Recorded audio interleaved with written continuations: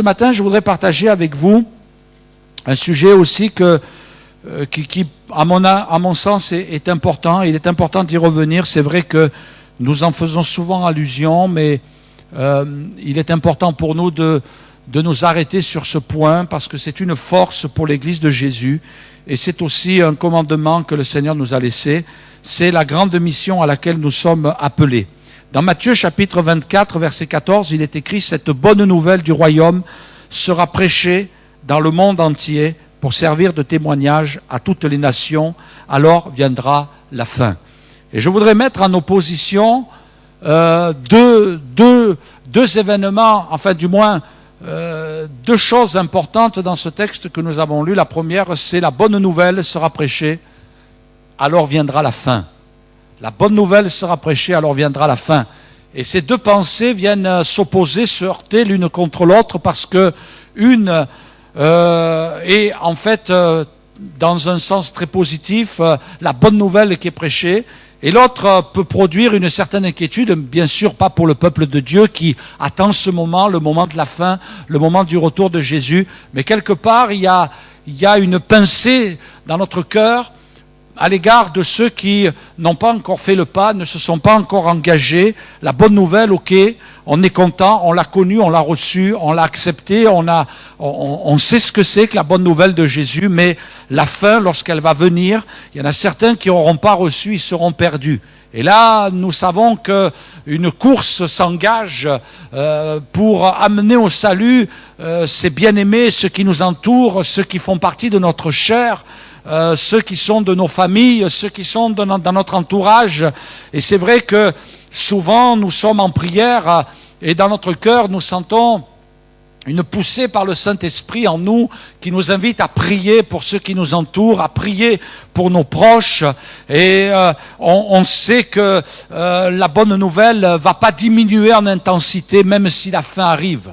On sent que les événements sont là pour nous rappeler toujours que nous ne sommes que des pèlerins, des voyageurs sur cette terre et que pour nous, il y a toujours cette mission. La mission que nous avons reçue, c'est pas comme à l'époque de Lot ou de Noé, de bâtir une maison, d'avoir de l'argent, de se marier, de marier ses enfants. Ce sont des choses légitimes, mais il y a aussi le fait que la fin arrive. Et ça, on ne veut pas l'oublier. La fin arrive. Et la fin n'a jamais été aussi proche du peuple de Dieu qu'aujourd'hui. Et plus nous allons dans le temps, et plus nous nous rapprochons de la fin. Et le Seigneur nous invite à réaliser qu'il y a sur notre cœur une charge, il y a sur notre cœur un fardeau. C'est la bonne nouvelle. Alléluia, la bonne nouvelle. Nous sommes bénis aujourd'hui. Quelqu'un disait, un ami, Marc Lecomte, disait, avec toutes les mauvaises nouvelles qui nous bombardent aujourd'hui, les bonnes nouvelles font toujours un grand bien. Amen. Alors venez à l'église. Il y a toujours des bonnes nouvelles ici. Même sur le papier d'annonce. Il y a des bonnes nouvelles. Toujours, elles font un grand bien. Jésus a compris cela et c'est pour cette raison que parmi toutes les mauvaises nouvelles qu'il décrit au sujet des derniers jours, en Matthieu chapitre 24, il ajoute ces mots. Cette bonne nouvelle du royaume sera prêchée dans le monde entier pour servir de témoignage à toutes les nations, alors viendra la fin. Amen. Et c'est un ordre que le Seigneur nous a donné. Allez, faites de toutes les nations des disciples et baptisant au nom du Père, du Fils et du Saint-Esprit. Allez, faites de toutes les nations. Nous sommes invités, c'est un commandement que le Seigneur nous donne. Allez, la bonne nouvelle.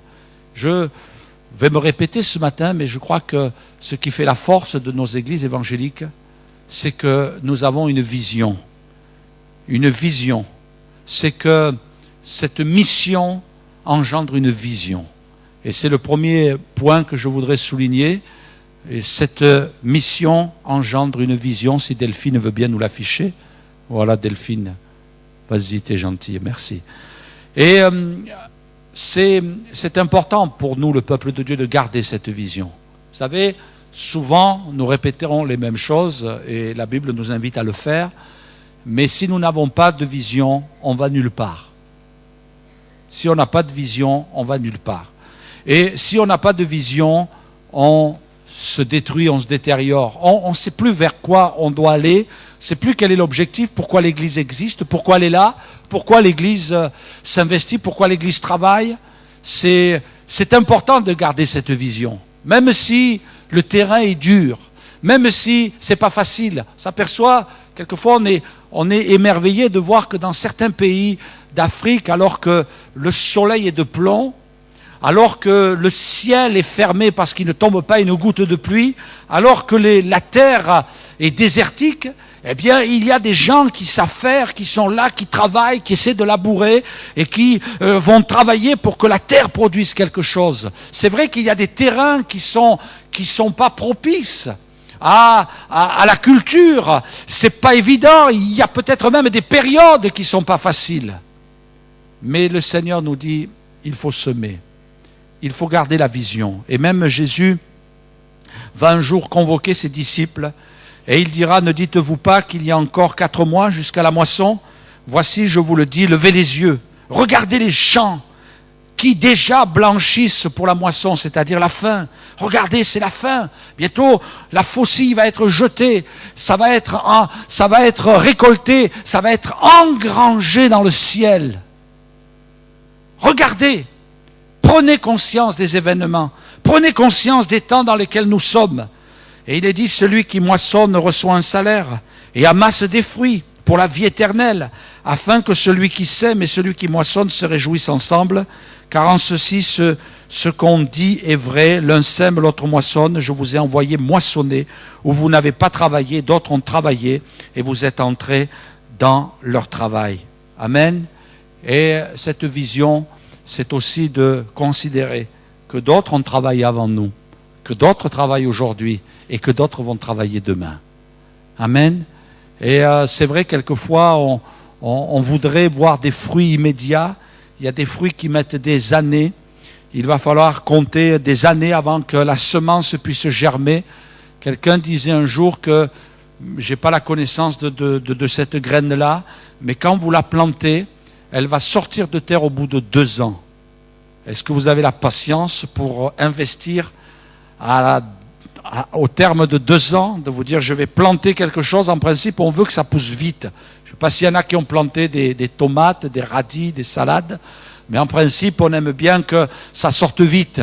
Et on va tout faire pour. On va arroser, on va enlever les mauvaises herbes, on va faire ce qu'il faut. Mais Dieu nous invite aussi à être patients. Dans tous les cas, à avoir cette vision de la moisson. De dire, Seigneur, je veux semer et je veux croire que tu es celui qui agit. Et de réaliser aussi que ce n'est pas le travail d'1, 2, 10 ou 15 personnes. On se réjouit pour les 10, les 15, les 20 personnes qui travaillent. C'est le travail de tous. C'est une vision dans laquelle tout le monde va porter les regards. Quand Jésus va appeler ses disciples et leur dire, levez les yeux, regardez, Jésus a montré une direction, regardez, tout le monde a regardé dans la même direction. Et je crois que nous avons besoin d'entendre la voix du Saint-Esprit qui nous dit, regardez, regardez autour de vous, regardez, écoutez, écoutez ce qu'il se dit, écoutez les événements, écoutez la situation dans laquelle nous pouvons nous trouver, écoutez et regardez. Et attention, mettez les priorités au bon endroit, afin de ne pas vous laisser distraire, afin de ne pas vous laisser détourner. Mais attention, concentrez-vous sur l'essentiel. Trop souvent, nous sommes distraits. Trop souvent, le diable essaie de détourner nos regards. Jésus dit, non, regardez les champs qui blanchissent. Regardez. Attention d'avoir les regards au bon endroit. Ne faisons pas comme la femme de Lot. Elle n'avait pas mis les yeux au bon endroit. Et finalement, au lieu de regarder devant, elle a regardé derrière. Et vous savez ce qui lui est arrivé? Et Dieu nous dit non, regardez. Et que nous regardions au bon endroit. Afin que le Seigneur nous trouve debout, qu'il nous trouve veillants et qu'il nous trouve priants. Et c'est vrai que c'est un effort. C'est vrai que c'est une discipline dans notre vie de faire attention, de ne pas se laisser détourner, mais de regarder au bon endroit. Parce que le Seigneur nous invite à avoir la bonne vision. Une mission, mais une mission qui a une vision. Quelle est notre vision? Quelle est notre vision pour notre famille? Quelle est notre vision pour notre Église? Quelle est notre vision pour notre ville? Quelle est notre vision pour notre pays? J'aimerais vous dire une chose, c'est que les serviteurs de Dieu qui travaillent dans cette Église, ils croient que Dieu veut encore bénir la France. Parce que sinon, on ne serait plus là. Hein? Qu'est-ce qu'on ferait? On irait ailleurs, on irait faire autre chose. Il y a sûrement un métier qui rapporte plus, Bruno. Hein? Qu'est-ce que tu en penses? Hein? Il y a sûrement un métier qui rapporte plus que pasteur.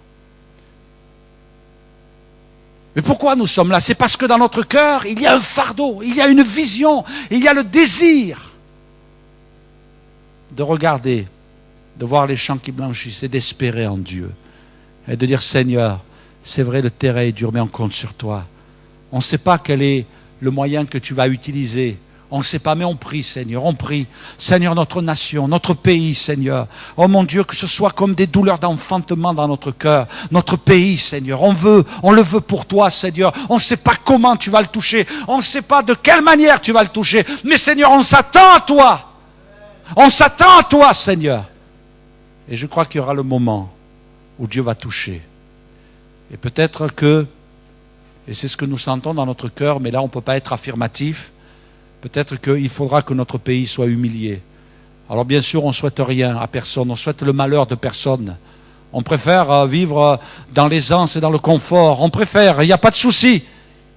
Mais on ne sait pas ce que les temps nous réservent. Il y a des petits bruits qui circulent, il y a des choses qu'on entend. Mais on ne sait pas comment Dieu va s'y prendre, on ne sait pas ce que Dieu va permettre, on ne sait pas ce que Dieu va devoir faire pour que ce peuple, pour que la France, pour que l'Europe tout entière, qui reste quand même cette masse de millions d'hommes et de femmes les plus fermés au monde pour l'Évangile. Même dans les pays musulmans, il y a des foules entières qui se convertissent à Jésus. On voit des gens qui se tournent vers Dieu, jamais comme aujourd'hui. Enfin, du moins, parlant de nos générations, on a vu les musulmans remplis autant de haine à l'égard des évangéliques. On entend aujourd'hui que nos missionnaires au Maroc, en Algérie, au Liban, des menaces de mort sont lancées contre le missionnaire s'il continue à prêcher l'évangile. Par la grâce de Dieu, il est toujours là-bas, priez pour lui. Jamais on entend qu'on a mis à mort des chrétiens, mais gardons la vision. Même dans les pays musulmans, il y a des milliers de gens qui se convertissent à Jésus. Et ça provoque de la colère. Et l'Europe reste un bastion entre les mains de l'ennemi, mais on veut prier pour que les murailles s'écroulent, alléluia. Et que le Seigneur puisse agir. Il faut garder la vision, il ne faut pas baisser les bras. Même à l'égard des membres de ta famille, ils sont trop durs. La Bible dit que la parole de Dieu, c'est comme un marteau qui brise le roc. Alléluia! Alors tape! N'aie pas peur de taper dans la prière. Tape! Tape! Et il y a un moment où le rocher va se briser. Le cœur de la personne va s'ouvrir. Et le Seigneur va agir. Alléluia! Une passion pour cette mission. Une mission, une passion. Je découvre dans la parole de Dieu que le Seigneur veut semer une passion. Dieu dit que la terre produise de la verdure, de l'herbe portant de la semence, des arbres fruitiers donnant du fruit selon leur espèce et ayant en eux leur semence sur la terre. Et cela fut ainsi. Amen. C'est beau de voir la création. On va rester quelques instants sur ce verset. C'est beau de voir la création, de voir les arbres. Hein?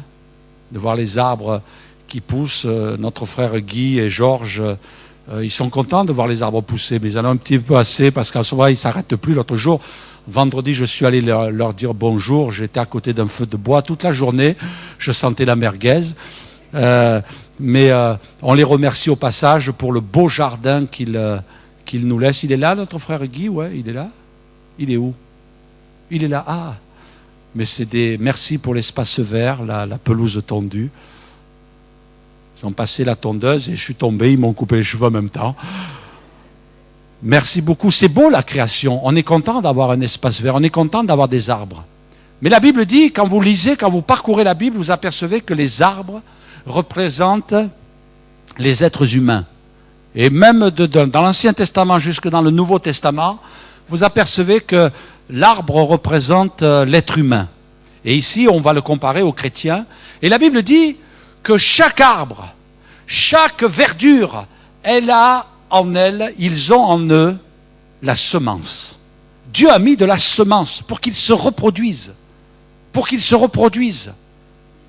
Et Dieu a mis dans chaque croyant de la semence pour qu'ils se reproduisent. Amen. Ben oui. On se reproduit. Eh oui. Vous avez remarqué quelquefois, nos enfants, ils nous ressemblent un peu, hein? Enfin, du moins on le souhaite, hein? Mais ils n'ont pas pris que les qualités, hein? Non, vous avez remarqué? Oh, cet adolescent, en ce moment, je ne peux pas le voir. Ouais, mais tu étais pareil, toi aussi. C'est ça le problème, c'est que tu ne peux pas le voir parce que tu étais exactement pareil. C'est une semence de toi. C'est une semence de toi. C'est ton miroir. Ah, c'est normal. Ah, cette adolescente. Hein? Ah, ce jeune. Qu'est-ce qu'il est ceci ou qu'est-ce qu'il est cela? Ouais, mais tu étais pareil, toi aussi. Hein? Ah ouais. On va y venir dans quelques instants. Mais le Seigneur nous invite à avoir cette passion et de réaliser une chose, c'est qu'il nous a donné la semence. Il y a en toi la semence de l'Esprit pour que tu reproduises, que tu enfantes spirituellement. Amen. Alors qu'est-ce que tu fais de cette semence? Distribue-la. Distribue la bonne nouvelle. Sème l'évangile et prie pour que Dieu arrose. Parce que la Bible dit, l'un a semé, hein? Mais la Bible dit que c'est Dieu qui fait croître. L'un a semé, l'autre a arrosé, mais c'est Dieu qui fait croître. Et ce matin, on sait une chose, c'est que Dieu peut faire croître que s'il y a eu une semence. Alors quelquefois on dit, Seigneur, sauve-les. Vous avez entendu ces prières? Elles sont bien, ces prières.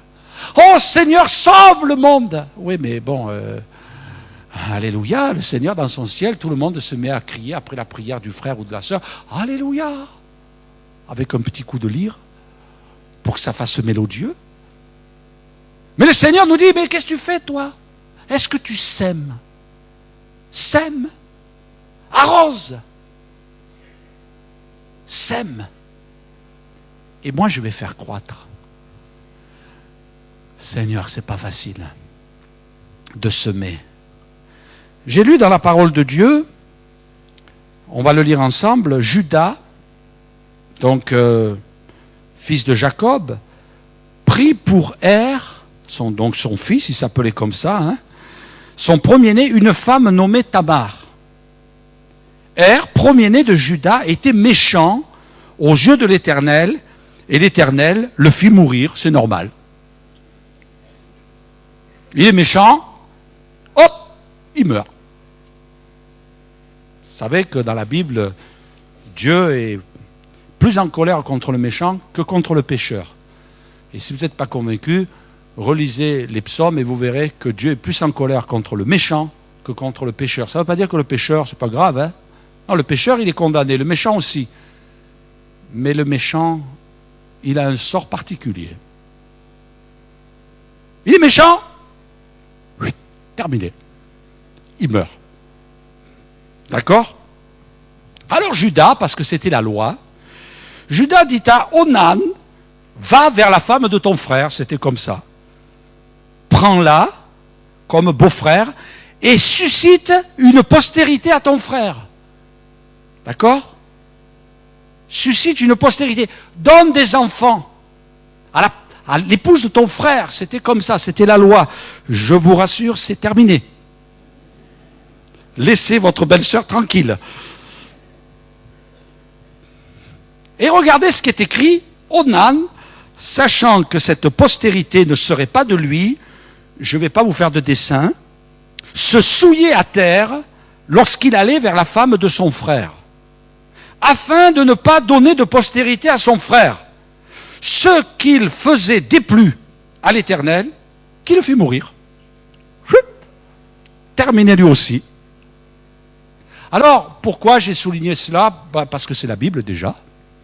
Mais parce que, voyez-vous, cet homme qui ne...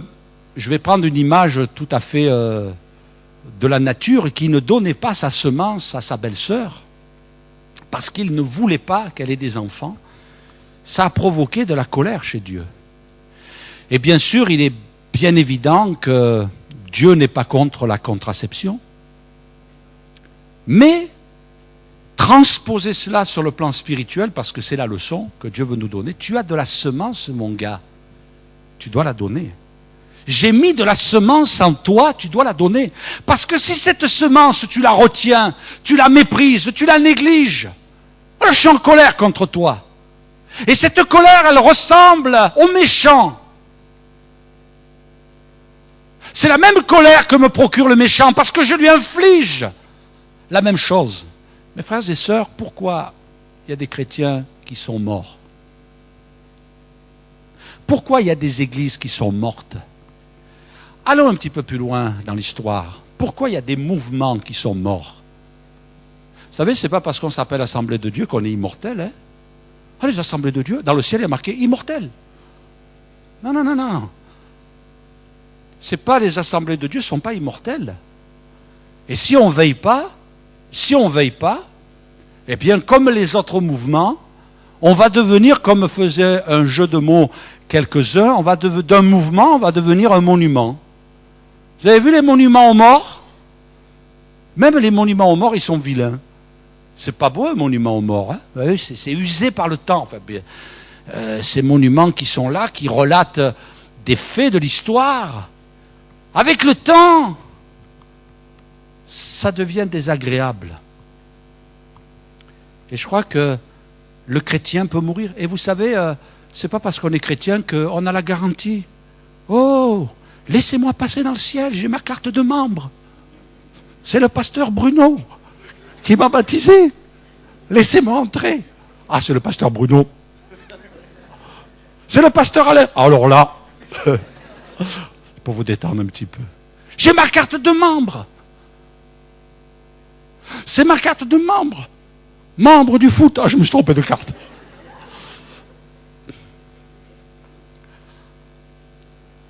Oui, mes frères et sœurs, avec un petit peu d'humour, et c'est bien, il en faut. Mais on ne veut pas faire comme Onan. Je crois qu'il faut vraiment bagarrer. C'est vrai que c'est une lutte. Seigneur, garde-nous, que cette mission, ce soit une passion pour nous. Moi, je vois dans la Bible une femme. Ah, les femmes, elles nous donnent de bonnes leçons. On voit une mauvaise leçon d'un homme, mais là, il y a une femme qui s'appelle Rachel. Elle va attraper son mari Jacob par le cou, pas pour lui faire un bisou, mais pour lui dire, mon chéri, tu vas me donner des enfants, sinon je meurs. La passion. Je veux des enfants, sinon je meurs. Donne-moi des enfants. Tu peux nous l'afficher? Genèse chapitre 30, verset 22. Lorsque Rachel vit qu'elle ne donnait point d'enfants à Jacob, elle porta envie à sa sœur et elle dit à Jacob, donne-moi des enfants ou je meurs, parce que finalement, si j'ai pas d'enfants, je suis morte. Mais c'était morte dans le sens de je ne suis rien. Rien du tout. Une femme à cette époque-là qui n'avait pas d'enfant, elle n'était rien. Et vous avez remarqué dans la parole de Dieu que toutes ces femmes, du moins décrites dans un contexte particulier, elles sont stériles. Dieu propose des bénédictions à Abraham, elle n'a pas d'enfant. Et à un moment, elle avait passé, elle avait passé l'époque d'enfanter. 90 ans. Et 90 ans. Une petite mamie bien mignonne, bien gentille. Je ne sais pas si le matin elle faisait sa gym pour être souple encore. Hein? Si elle faisait des haltères. Si elle avait de la crème anti-rides. Ou si elle perdait ses cheveux, je ne sais pas. Mais toujours est-il à 90 ans, hein, et Dieu lui dit, tu vas avoir une grande postérité. Ouais, bon, Seigneur, t'es bien gentil, mais comment ça peut être vieux là, hein?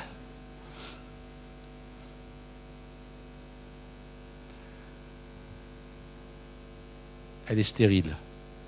Et la Bible me dit une chose, c'est qu'elle était stérile, mais dans Hébreu, il est écrit, Dieu l'a rendue capable. Amen. Vous avez remarqué ce paradoxe, cette opposition. Dieu dit, tu vas avoir une grande nation, mais ma femme, elle est stérile, Seigneur. C'est bien, je te crois, tu es merveilleux, Seigneur, tu es bon pour moi, Abraham, tu vas faire de moi un grand nom, je vais avoir une postérité comme les étoiles, comme le sable. Seigneur, les deux réunis, ça fait beaucoup de monde, c'est merveilleux, Seigneur, mais ma femme, elle a 90 ans. Seigneur, comme si Dieu se plaisait à compliquer les situations. Mais Seigneur, tu ne trouves pas que c'est assez compliqué? Si encore moi, 100 ans, tu me donnes une petite jeunette de 30 ans, là. Hein, une petite jeunette de 30 ans. Hein, Seigneur, d'accord, je vais croire en toi, bon, ça va, mais là, ma petite femme, Sarah, 90 ans. Ça va pas, Seigneur. Comme si Dieu se plaisait. Ah, Seigneur, je me sens stérile. Ah, Seigneur, c'est dur de témoigner. Seigneur, quand je vois mon mari, quand je vois ma femme, quand je vois mes enfants, Seigneur, quand je vois mon voisinage, Seigneur, mon Dieu, comment tu vas faire? Et quand j'entends le diable, vous l'entendez, vous, de temps en temps? Hein? Ah, vous n'êtes pas schizophrène, hein? J'entends la voix de l'ennemi qui dit, tu es bon à rien. Est-ce qu'il y a des gens qui entendent cette voix-là? Ou c'est que le pasteur Bruno et moi? Hey, tu n'es pas capable. Jamais va sortir une semence de vie de ta bouche. Jamais va sortir une semence de vie qui va tomber dans le cœur de la personne. Mais la Bible me dit, affiche-nous ce beau verset-là. Elle fut rendue capable. Et toutes ces femmes-là, elles sont stériles. La maman de Samson, elle était stérile. La maman de Samuel était stérile. Et toutes ces femmes, elles sont stériles. Élisabeth, qui a enfanté Jean-Baptiste, était stérile. Et comme si Dieu se plaisait à aggraver la situation. Seigneur, pourquoi? Parce que Seigneur veut qu'on compte sur lui. Seigneur, moi, j'y arriverai pas. Mais Seigneur, tu vas m'accorder ta grâce. Seigneur, alléluia. Et si tu changeais mon nom, au lieu de m'appeler Alain, tu m'appelais Noé, le prédicateur de la justice. Il a sauvé toute sa famille, même ses belles-filles. Dur de sauver des belles-filles, hein? Eh bien, il les a sauvées, lui. 8, allez hop, tous dans le bateau. Alors, je ne sais pas si les belles-filles les a mis avec les ânes, et ses fils avec les chameaux. Oh, il n'y a pas de jeu de mots dans ce que je voulais dire. Hein. Il n'y a pas de rapport avec les ânes et les chameaux. Hein. Mais toujours est-il que non, tout le monde sauvé, alléluia. Et on veut bénir Dieu parce que Dieu a mis la semence de vie. On se sent stérile, on se sent inefficace, on se sent incapable. Mais ne n'écoute pas la voix de l'ennemi. Même si tu vois le temps passer comme Abraham et Sarah en disant, oh là là, le temps passe, ils perdent leur temps, ils ne se convertissent pas et jamais je vais y arriver. Oui, il faut compter sur la grâce de Dieu. Madame Cluzot, croyez dans la conversion de votre mari. Crois dans la conversion de ton fils, de ta fille. Crois dans la conversion de ceux qui t'entourent. Crois dans la conversion des membres de ta famille. Moi, je reçois, on veut saluer tous les internautes. Vous voyez, ce matin, vous avez un beau sourire. Hein? On les salue de tout notre cœur. Et je ne sais pas, là, peut-être je me fais espionner ce matin. Mais je les salue. Quelquefois, je reçois des messages de ma famille, disent « Oh, tu as perdu tes cheveux, hein ?» Mais je suis content qu'ils voient que j'ai perdu mes cheveux, parce qu'ils écoutent l'Évangile. Alors, ils viennent m'espionner. Non, vous ne m'espionnez pas, vous êtes gentils. Hein? Préparez-vous, j'arrive. Hein? Mais que Dieu les sauve. Que Dieu sauve les membres de la famille. Peut-être tu ne sais pas, là, mais il y a quelqu'un, là, un voisin qui te boude, tu lui as passé une petite carte, et peut-être que ton voisin, là, il est en train d'écouter. Non, n'éteins pas l'écran. Continue à écouter. Que Dieu les bénisse. Seigneur, tu as mis la semence de vie. tu as rendu Sarah capable. Il n'est pas dit simplement, oh, remets-nous ce verset, il est trop beau. Il n'est pas dit simplement que, il lui a donné un intérieur pour procréer quelque chose de nouveau. La Bible dit qu'il était mort. Dans les Romains, il est écrit que c'était usé, c'était mort. Il n'y avait plus rien qui fonctionnait à l'intérieur, du moins pour enfanter. Mais Dieu l'a rendu capable. Seigneur, viens me rendre capable. Viens me rendre capable. J'ai été émerveillé quand j'ai lu le témoignage de Moody. J'ai lu une petite anecdote. Moi, ça m'a mis un petit, j'oserais pas dire le mot, mais ça m'a stimulé, allez, pour être plus académique. Moody, l'évangéliste Moody, a déclaré avoir amené à la conversion 1 million de personnes. C'est pas mal, hein? Alors lui, pour l'enfantement, il avait du débit, hein? 1 million de personnes. Eh bien, écoutez bien cette petite histoire. Moody était très doué pour conduire des hommes au salut. Et vous savez, j'ouvre une parenthèse, vous savez, c'est un jour ce qu'il a dit dans sa prière. Il a dit, Seigneur, on a du travail à faire tous les deux. Alors Seigneur, il faut que tu me donnes un coup de main. On va amener les âmes au salut. Il a prié comme ça. Viens avec moi. Seigneur, on a du travail à faire. Il faut sauver. Il faut sauver. Il avait la passion au fond de lui. Seigneur, suscite. Moi, j'ai envie de dire, Seigneur, peut-être même, je te demande pas à 100% la passion de Moody, mais peut-être que 10% de sa passion. Parce que je pense à ces hommes qui ont été des instruments pour prêcher l'évangile dans le monde entier. Seigneur, c'est vrai, j'aimerais prêcher l'évangile dans le monde entier. Mais Seigneur, c'est déjà pas mal à Limoges. Hein? Et il était très doué pour amener les âmes au salut. Il résolut un jour de prêcher l'évangile à au moins une personne par jour. Qu'il donne ou non un message ce jour-là. Un soir, il se mit au lit et se souvint qu'il n'avait pas prêché l'évangile ce jour-là. Qu'allait-il faire? Il se rhabilla et sortit en essayant de trouver quelqu'un à qui il puisse parler. Il était déjà minuit lorsqu'il regarda sa montre. Les rues étaient vides. Où pouvait-il bien trouver quelqu'un à cette heure tardive? La seule personne à qui il put parler fut un policier. Gloire à Dieu pour les policiers, qui était de service. Il vous faut croire au Seigneur. Le policier n'était pas d'humeur à ce moment-là. Et il renvoya Moody un peu irrité, disant, « N'avez-vous rien de mieux à faire que d'essayer de me persuader de croire en Jésus à cette heure-ci de la nuit ?» Moody rentra chez lui, après avoir échangé quelques mots avec le policier. Mais le policier fut touché par les paroles de Moody. Quelques jours plus tard, il rendit visite à Moody et il fut sauvé. La passion. Un témoignage par jour. Et si on se fixait un objectif, n'essayez pas de faire de grands écarts en essayant de monter 32 marches à la fois. D'accord, on va essayer de monter une marche à la fois. Mais si quelqu'un ce matin se fixait un objectif, Seigneur, si je pouvais témoigner une fois par semaine, si je pouvais témoigner une fois par mois, selon ton rythme. Seigneur, si je pouvais relever un défi ce matin que une fois par an, il y a un membre de ma famille qui soit converti. Une fois par an, Seigneur, que je puisse amener une âme au salut. Qu'est-ce qui nous empêche? Seigneur, je vais peut-être arrêter de prier pour le monde entier, comme un jour le chrétien l'a fait dans une église. Seigneur, je te prie pour le monde entier et pour ses environs. Ouais. Il avait prié pour le monde entier et ses environs. Peut-être qu'il croyait aux extraterrestres, je ne sais pas. Ou alors peut-être qu'à ce moment-là, il y avait une mission sur la Lune. Il fallait les sauver eux aussi. Mais toujours est-il, Seigneur, je ne peux pas sauver le monde entier et les environs. Mais par contre, Seigneur, je peux te prier pour une âme. Être précis. Une âme, Seigneur. Je veux une âme. Et viens dans la prière. Viens dans l'intimité de Dieu. Viens supplier le Seigneur. Parce que dans la mission, il y a aussi une multiplication. Alléluia, une multiplication. La Bible nous dit que plus on accablait le peuple d'Israël en Égypte, plus on l'accablait, et plus il se multipliait et il s'accroissait. Plus on lui tapait dessus et ça faisait travailler les hormones. Et ils avaient beaucoup d'enfants. C'est terrible quand même. On n'arrivait pas à les arrêter de procréer, ce peuple juif. On n'arrivait pas. Le peuple hébreu plutôt. On n'arrivait pas Stop, arrêtez d'enfanter, arrêtez. Alors on leur tapait dessus, on leur donnait du travail, on les rationnait, on essayait de les persécuter. Mais plus on les accablait et plus ils se multipliaient et ils s'accroissaient. Vous savez, dans l'histoire, on s'est rendu compte d'une chose.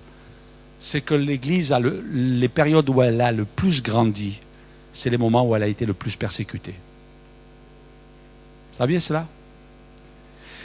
Quand à un moment donné, les rois de ce monde ont reconnu l'Église, ils ont commencé à dire « Ah, l'Église, ben oui, on va la faire rentrer dans la maison. Et bonjour, monsieur le roi. Oh, bonjour, monsieur le prédicateur de l'Évangile. Comment allez-vous? Est-ce que vous pouvez me prier pour moi? Oui, je vais prier pour vous. » Alors là, tout le monde était bien, tout le monde il était beau, tout le monde il était gentil, tout le monde il était content.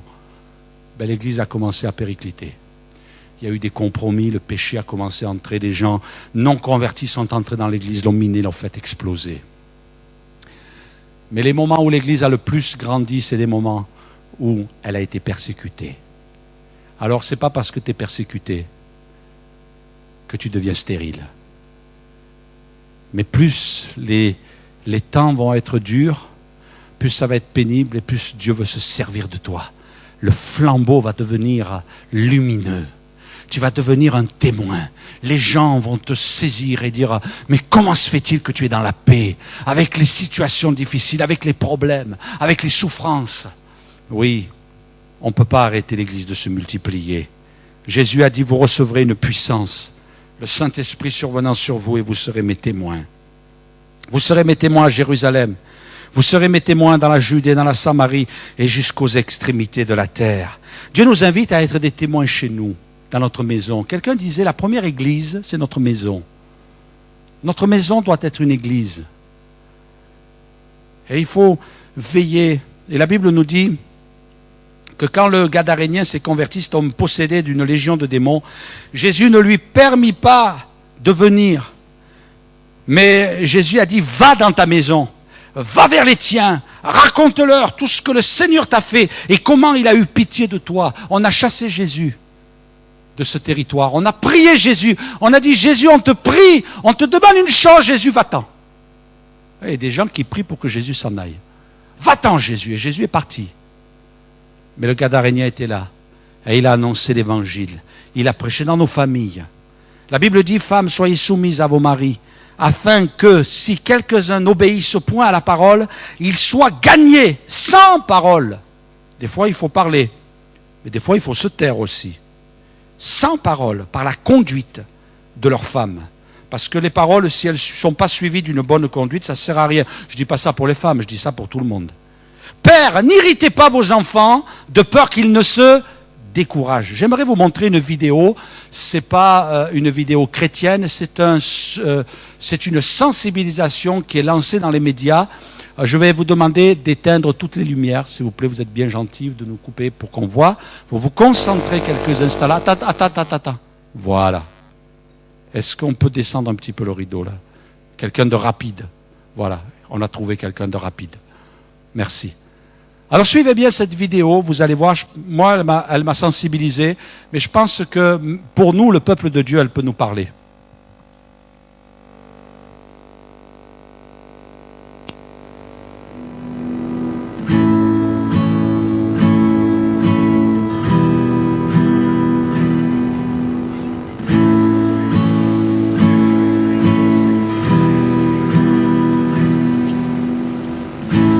Looks like rain again today.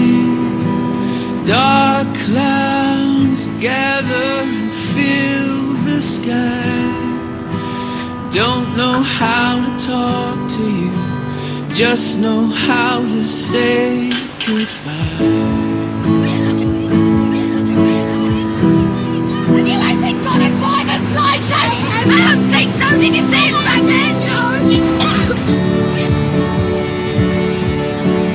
Go back where you came from. Learn this language. Go back where you came from. You're the guy to me.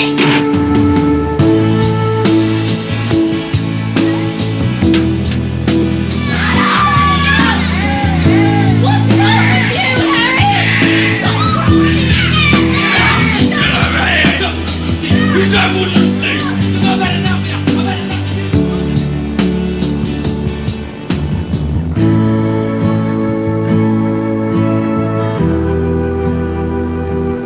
Les enfants voient, les enfants font. Je pense que c'est, je ne sais pas dans quel pays, visiblement anglophone, où on a passé ce slogan pour dire aux parents, attention ce que vous montrez à vos enfants, l'image que vous donnez. Mais je pense que pour le peuple de Dieu aussi. Merci Christian Pupille de nous avoir fait connaître cette vidéo. Mais j'aimerais vous dire une chose ce matin, dans notre maison.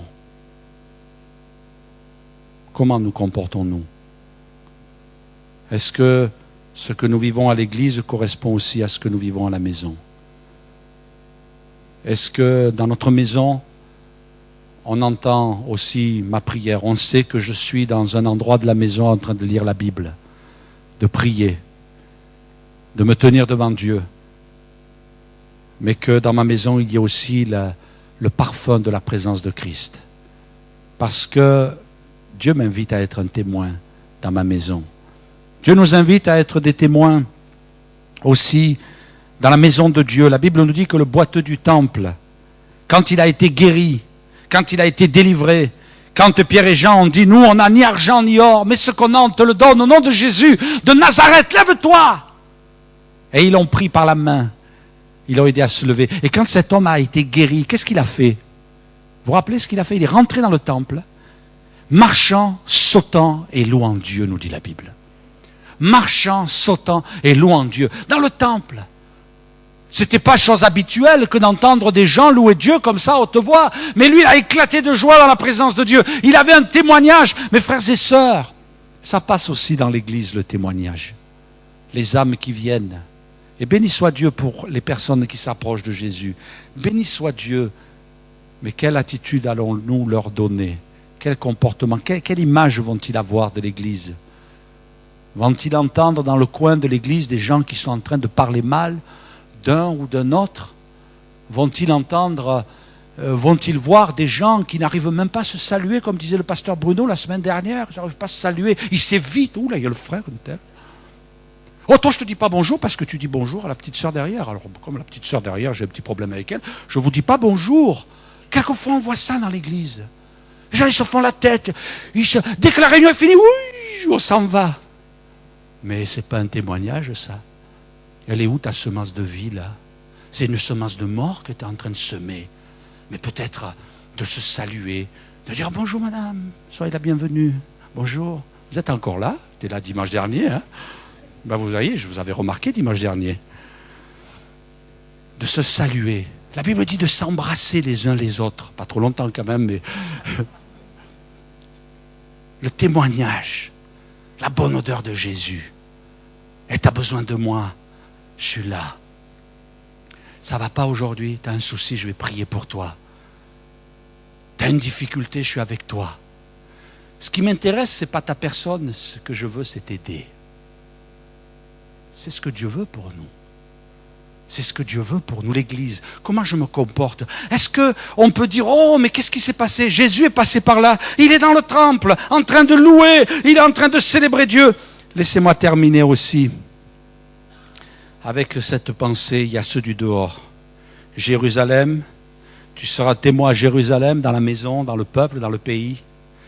Tu seras témoin Samarie, Judée, mais jusqu'aux extrémités de la terre. Alléluia, jusqu'aux extrémités de la terre. Et là, je pense à cette femme, cette Samaritaine, qui a été touchée par Jésus. Et la Bible dit, ayant laissé la cruche, s'en alla dans la ville et dit aux gens, venez voir un homme qui m'a dit tout ce que j'ai fait. Ne serait-ce point le Christ? Il y a une dame, une jeune femme, qui était une prostituée. Et elle a suivi par la télévision, par Internet, elle a suivi un message d'une femme qui prêche l'évangile, Joyce Meyer, aux États-Unis.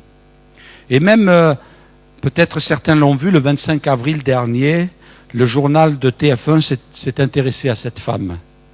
Prostituée de Jésus.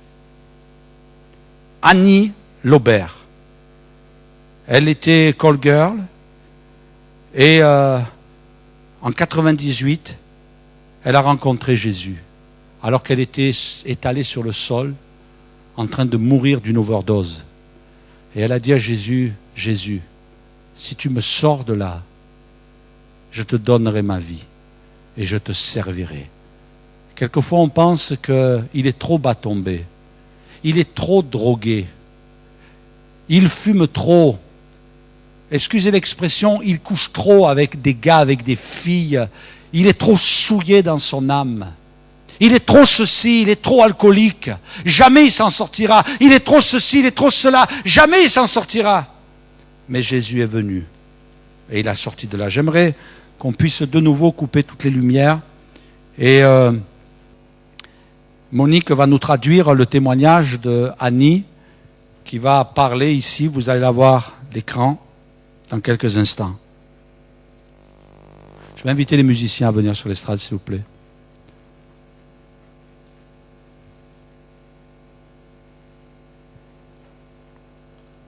Lady that's going to give testimony this morning. Laura, can you bring her up, please?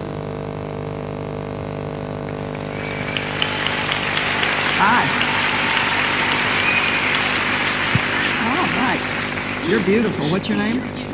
My name's Annie. Je m'appelle Annie. This is Annie, and Annie has C'est great Annie. testimony. Et Annie a un grand témoignage. Really felt that she was supposed Alors to attendez, on share peut it, mettre and, sur pause, s'il vous plaît. got it to Voilà, my parce qu'on a daughter. un problème My avec daughter le got it. son. On revient en arrière, merci.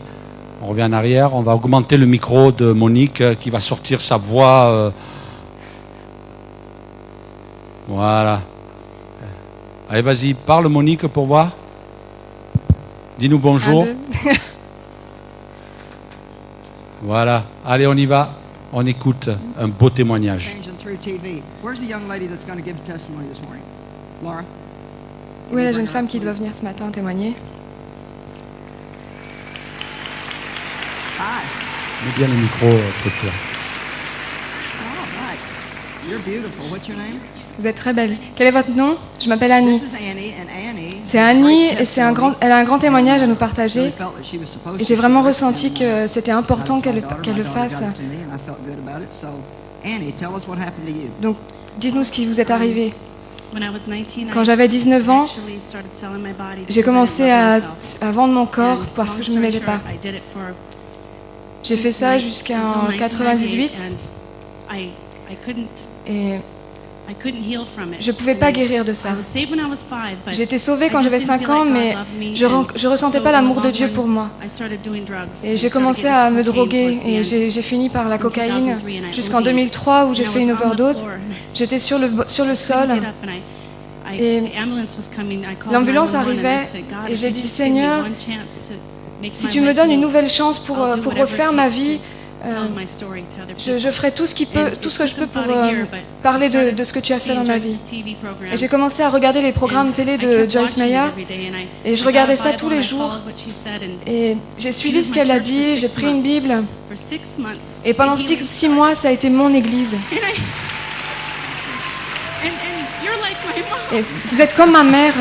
Et j'ai juste ce feu dans mon cœur pour dire à toutes les femmes qui se sentent pas aimées, c'est pas parce que vous n'avez pas été prostituée que vous ne pouvez pas comprendre ça, mais chaque petite fille qui se sent pas aimée, je veux dire, nous avons un Père, son nom est Jésus, et il vous aime tellement, et vous pouvez tout faire en lui. Et tout ça, c'est grâce à cette femme merveilleuse qui a mis sa foi en action. Et tout ce qu'elle a fait dans sa vie, ça a changé ma vie. Et grâce à son témoignage, ça a changé des milliers de vies. You were abused in your childhood, right? Vous avez été abusé quand vous étiez jeune? Oui. All those years looking for love. Et toutes ces années, vous avez cherché l'amour? Oui, jamais au bon endroit. You just had all kinds Chercher of l'argent. Vous aviez beaucoup d'argent et ça vous satisfaisait pas? Non, j'avais un grand vide dans mon cœur et je pouvais pas guérir de ça. Et Satan me tourmentait chaque jour, me disant que je n'étais rien, que je ne trouverais pas de travail, que personne ne me regarderait comme avant. Mais c'est un menteur. C'est un menteur. Thank you. You're beautiful. Merci, merci. Voulons bénir Dieu ce matin pour cette opportunité qui nous est donnée. Peut-être ce matin, tu en as assez avec ta vie qui est marquée par le péché. Il y a peut-être quelqu'un ce matin qui se dit, Pasteur, vous avez dit qu'il fallait parler de Dieu, mais ce matin, c'est moi qui ai besoin d'entendre parler de Dieu. C'est moi qui ai besoin d'accepter Jésus. Et je voudrais, pendant quelques instants, vous encourager à vous tourner vers le Seigneur. Nous allons baisser nos têtes quelques instants, fermer nos yeux. Et ce matin, il y a dans ce lieu quelqu'un qui n'a pas fait la paix avec Dieu. Quelqu'un qui en a assez de s'enfoncer dans le péché. Il y a des personnes ce matin dans ce lieu, tu vis dans le péché. Tu commences à fumer, tu commences à fumer des joints, tu commences à livrer ton corps à de l'impureté, en vivant dans le péché, en couchant avec des gars, en couchant avec des filles. Et tu te dis, c'est pas grave, mais tu es en train de t'enfoncer. Peut-être il y a quelqu'un ce matin qui vit dans le vol, dans le mensonge. Et tu dis, mais comment donner ma vie à Jésus? Je ne peux pas arrêter, j'ai besoin de l'argent. Peut-être quelqu'un ce matin se prostitue et tu te dis, mais je ne peux pas arrêter. Ce matin, arrête-toi dans ton péché. Si tu veux que Dieu prenne le relais, arrête de salir ton corps. Arrête de te détruire. Arrête de t'alcooliser. Et ce matin, laisse Jésus prendre le relais dans ta vie. Ce que l'alcool, ce que l'argent, ce que la drogue, ce que les plaisirs ne t'apporteront jamais, Jésus veut te le donner gratuitement. Sa paix, sa joie intérieure. Peut-être, comme on l'a entendu, tu as été abusé. Peut-être tu as été maltraité. Peut-être tu as subi des viols. Peut-être tu as été racketté et tu es dans la souffrance. Mais Jésus veut te guérir ce matin. Jésus veut te sauver. Peut-être y a-t-il quelqu'un ce matin qui tout simplement, sans avoir connu la noirceur du péché, comme il a été cité précédemment, tu veux tout simplement donner ton cœur à Jésus. Fais-le ce matin.